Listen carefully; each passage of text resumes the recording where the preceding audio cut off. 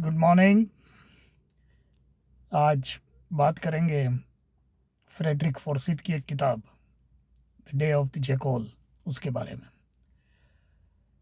आप जानते हैं कि महंगाई को यदि मापना हो तो उसके लिए एक बेस ईयर होता है कि भाई ये वाला ईयर बेस है, उसके मुताबिक इन्फ्लेशन कितना बढ़ा।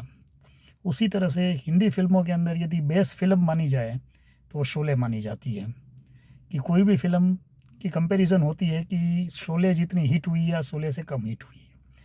उसी तरह से अंग्रेजी फिक्शन साहित्य के अंदर यदि कोई बेस स्टोरी मानी गई है तो वो है the Day of the jackal.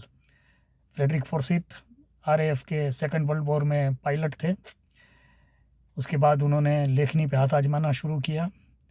बहुत ही थरो लेखक, प्लॉट भी बहुत ही खूबसूरत प्लॉट। 1971 में कहानी लिखी गई, लेकिन प्लॉट है 1962 का, जब फ्रांस ने अल्जीरिया को स्वतंत्रता दे दी थी अपने उपनिवेश हक में से।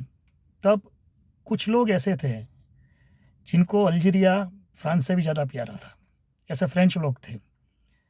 और जब फ्रांस के प्रेसिडेंट चार्ल्स डी गॉल ने अल्जीरिया को स्वतंत्रता दे दी तो इन लोगों को ये लगा कि डी गॉल ने उनके साथ में धोखा किया है। तो इन्होंने अपना एक ऑर्गेनाइजेशन बनाया, OAS, organisation army secret.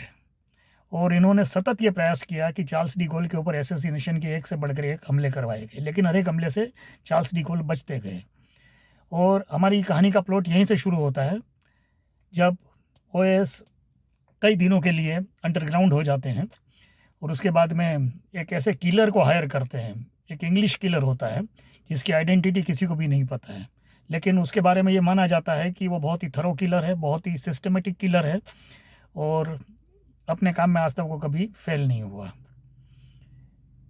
Alps की पर्वतमालाओं की एक लॉग केबिन के अंदर ये मीटिंग होती है जिसमें उस किलर की सीरियसनेस को दिखाया गया है। ये लोग उससे फीस मांगते हैं तो वो फीस बताता है कि 5 लाख फ्रैंक्स लगेंगे मेरे को इसके अंदर, जो बहुत ही आउटरेजियस अमाउंट थी 1962 के अंदर।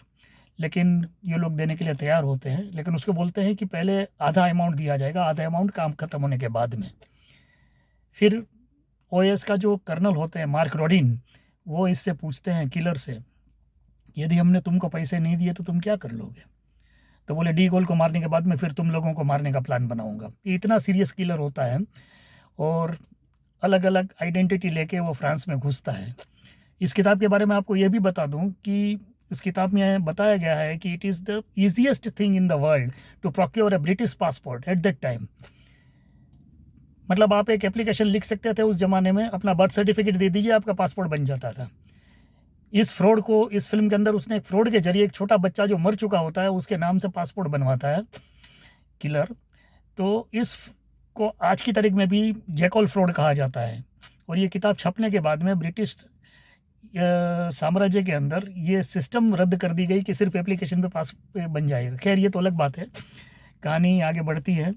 चार्ल्स डी गॉल को मारने के लिए वो फ्रांस में एंटर होता है 3 अलग अलग आइडेंटिटी लेके, लेकिन इस मीटिंग की बात लीक हो जाती है और फिर फ्रेंच पुलिस और इंटेलिजेंस हरकत में आती है और एक पेरिस के कमिश्नर क्लाउड लेबल को इसमें लगाया जाता है और वो धीमे धीमे एक के बाद एक इसकी आइडेंटिटी को खोलता जाता है और पकड़ा।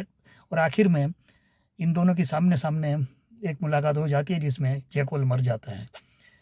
दोस्तों, फ्रेडरिक फॉर्सिथ की जब मैंने किताब पढ़ी थी तब मुझे लगा कि इससे बेहतरीन रिसर्च राइटर कोई नहीं हो सकता है।